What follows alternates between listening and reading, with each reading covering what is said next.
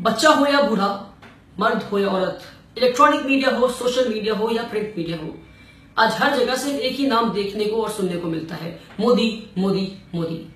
कोई मिस्टर मोदी को गालियां दे रहा है तो कोई मिस्टर मोदी को मसीहा बनाकर बैठा है। तो आज का ये वीडियो मैं उन लोगों के लिए बना रहा हूं जो मिस्टर मोदी को मसीहा बनाकर बैठे हैं।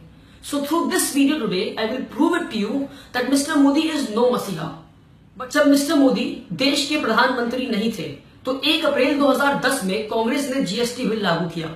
जब कांग्रेस ने जीएसटी बिल लागू किया और देश के प्रधानमंत्री मिस्टर मोदी नहीं थे, तब मिस्टर मोदी का जीएसटी के बारे में क्या कहना था, आइए सुनते हैं। इस संबंध में गुजरात सरकार ने और भारतीय जनता पार्टी का स्टैंड बहुत साफ है। जीएसटी के संबंध में हमने कहा है कि आपकी जीएसटी का सपना तब तक पूरा नहीं होता, तब तक साकार नहीं हो सकता, जब तक कि आप पूरे देश में टैक्स पेयर के साथ आईटी इंफ्रास्ट्रक्चर का नेटवर्क नहीं बनाते। जीएसटी कभी सफल नहीं हो सकता। जीएसटी कभी सफल नहीं हो सकता।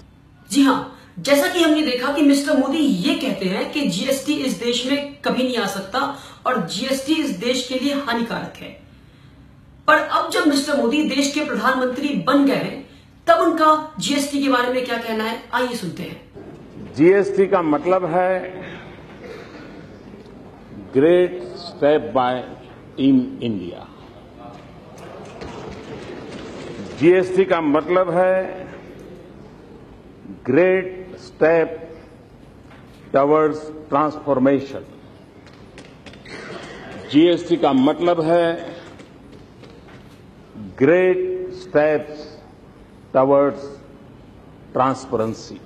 अब मिस्टर मोदी जब देश के प्रधानमंत्री बन गए हैं, तब वो कहते हैं कि GST is great step towards transformation and great step towards transparency. तो इससे यही साबित होता है कि मिस्टर मोदी देश का भलाई नहीं चाहते हैं। जब वो ऑपोजिशन में थे तो वो ऑपोजिशन वाली काम कर रहे थे, अब जब वो प्रधानमंत्री बन गए हैं तब वो जीएसटी के लिए बोल रहे हैं। तो इससे यह साबित होता है कि मिस्टर मोदी इज नो मसीहा, but he is a simple politician who has been playing his dirty politics for the past so many years. जब मोदी जी देश के प्रधानमंत्री नहीं बने थे और कांग्रेस एफडीआई यानी कि फॉरेन डायरेक्ट इन्वेस्टमेंट लागू करने की कोशिश करता है और मिस्टर मोदी तब ऑपोजिशन में थे, तब उनका एफडीआई के बारे में क्या कहना था, आइए सुनते हैं।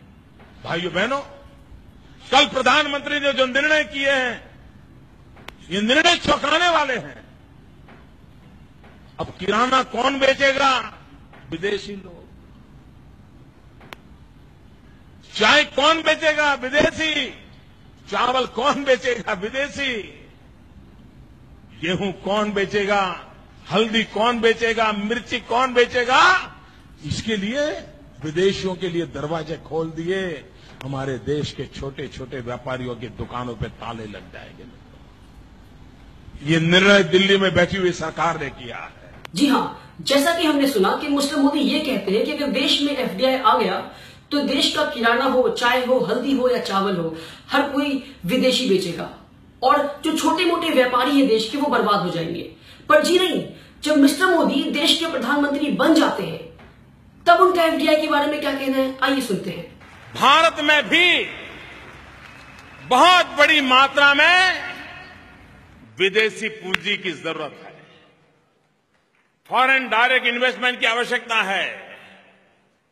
और जब मैं एफडीआई कहता हूं तो मेरे दिमाग में एफडीआई एक साथ 2 विषय लेके चलती है। दुनिया की नजरों में एफडीआई है फॉरेन डायरेक्ट इन्वेस्टमेंट, लेकिन उस समय मेरे दिमाग में है first develop India. Foreign direct investment की आवश्यकता है। जी हां, मिस्टर मोदी कहते हैं कि देश को एफडीआई की जरूरत है। मिस्टर मोदी कहते हैं कि एफडीआई यानी first develop India. Ladies and gentleman, once again this is what we call his hypocrisy. जब वो ऑपोजिशन में थे तो ऑपोजिशन वाले काम कर रहे थे। So one person who has 2 faces, one person in 2 different positions acts in 2 different ways. This is a sign of a hypocrite. So hence proven, ladies and gentlemen, that this man is no मसीहा। मोदी ये कहते हैं कि उनको देश के एक particular community की औरतों को उनका हक दिलाना है। पर जो लोग ये वीडियो देख रहे हैं, मैं उनसे ये कहना चाहता हूं कि जब मिस्टर मोदी अपना एफिडेविट भरते हैं स्टेट असेंबली इलेक्शन के लिए, तो उसमें वो मेंशन करते हैं कि आई एम सिंगल। पर एक साल बाद 2014 में जब वो सेंट्रल इलेक्शन की एफिडेविट भरते हैं तो उसमें लिखते हैं I am married. Ladies and gentleman, this man is not sure about his marital status. Mister Modi अपनी वाइफ जशोदा बहन को आज तक उनकी हक नहीं दे पाए, तो बाकी देश की औरतों को उनका हक कैसे दिलाएंगे? Ladies and gentlemen, try and understand that this man is no Masiha, but he is a simple hypocrite man. आप जो वीडियो देख रहे होंगे आपको मुझ पे बहुत ज्यादा गुस्सा आ रहा होगा, सारे भक्तों को मुझ पे बहुत बहुत ज्यादा गुस्सा आ रहा होगा कि ये क्या कह रहा है। मैं बस आपसे सारे भक्तों से सिर्फ एक बात कहना चाहता हूं, एक बार अपना हाथ अपने दिल पर रखकर एक सवाल कर ले कि ये जो बच्चा आज वीडियो में कह रहा है क्या वो सही कह रहा है या गलत कह रहा है। जी हाँ, अगर मैं गलत कह रहा हूँ तो मेरी वीडियो को ना देखें आप, पर हाँ अगर मैं सही कह रहा हूँ then stop supporting Mr. Modi and stop giving him the tag and the label of Masiha, because he is not a Masiha. He is a dirty politician. Thank you so much.